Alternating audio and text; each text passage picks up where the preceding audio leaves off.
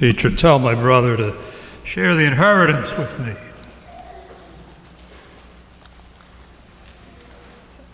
If by chance we have present with us today the winner of the $1 billion lottery, I won't ask you to stand up because you probably want to remain anonymous.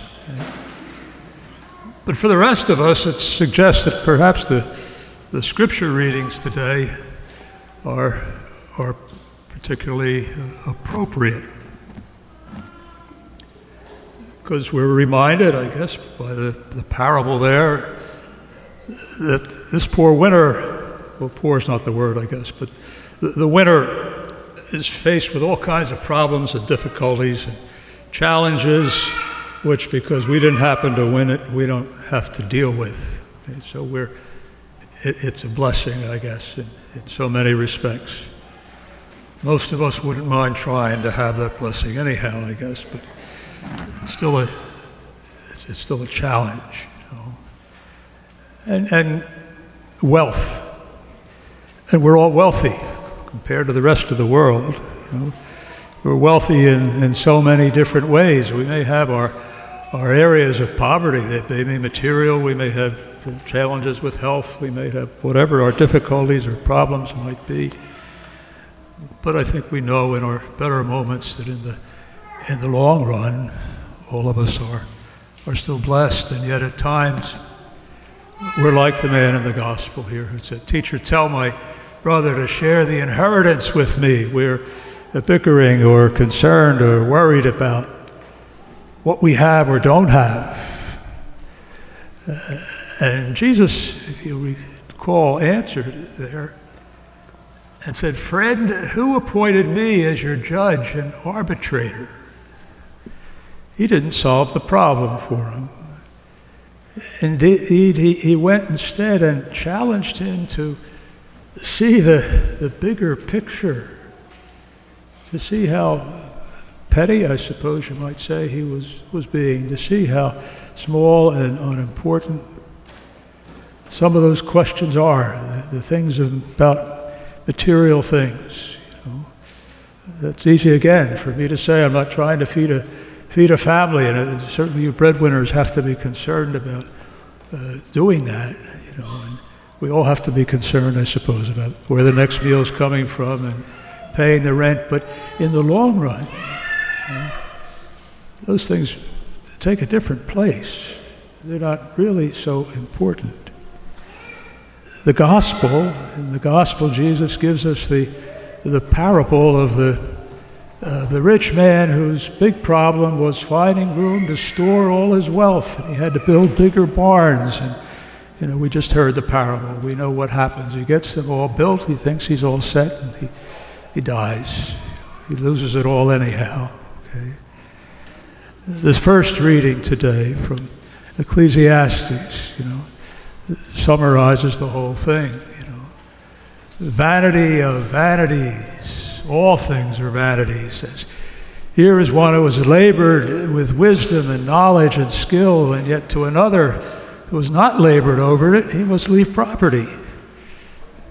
Vanity. Everything's vanity. Things don't make sense. What profit comes to the man from all his toil and anxiety of heart with which he has labored under the sun? Vanity of vanities, says Koheleth. All things are vanity. And at times it can seem that way. You know? What difference does it all make? You know? Why do we get excited about so many things which in the long run are not important? You know? It can seem that way. The reading from the first reading, in a sense, and the whole theme here can be kind of depressing. You know? What's it all matter? But we don't have the whole book. Koheleth, in that first reading and in much of the book of Ecclesiastes, is certainly creating a gloomy picture, if you might say. His book describes a world that's closed off to God. And he's showing us what life would be like without a Father in heaven who promises to hold us in the palm of his hand. It wouldn't have any meaning at all if it weren't for our God. But then as he ends his book, he tells us that we do have a Father. Remember your Creator, he says, before the evil days come. Keep the memory of God alive so that you'll be able to weather the bad times, because they will surely come. Never forget who God is and all that he has done. Never forget what he has done for you. It's sound advice.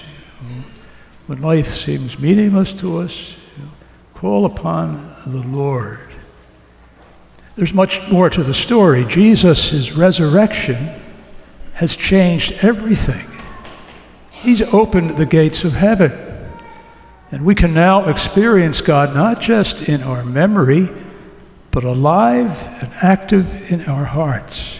We can experience the presence of Christ along with his comfort, his healing power, and his wisdom in our day-to-day lives. So where Koheleth would have said, remember God, we can also say yes and experience Jesus.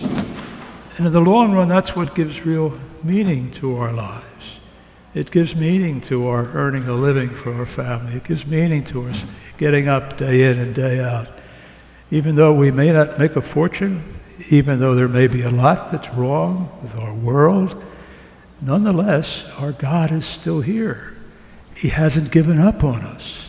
And he invites us day in and day out to relate to him, to be one with him.